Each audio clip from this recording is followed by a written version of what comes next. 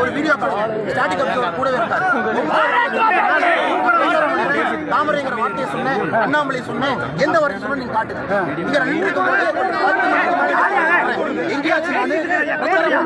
ஓட்டு போடுங்க எதுவுமே கேட்கல. கை இப்படி வச்சு காரங்கள் உட்கார்ந்து எப்படி பிரச்சாரமாகும்? எப்படி பிரச்சாரமாகும்? கண்டிப்பா பிரச்சாரம் கிடையாது. 10 மணிக்கு கேண்டிடேட் வீட்டுக்கு போறான், என் பாட்டு கார்ல போறேன். 10:30 மணிக்கு ஒரு கடையில டீ குடிக்கிறேன். 10 மணிக்கு கடையில டீ குடிக்க கூடாது.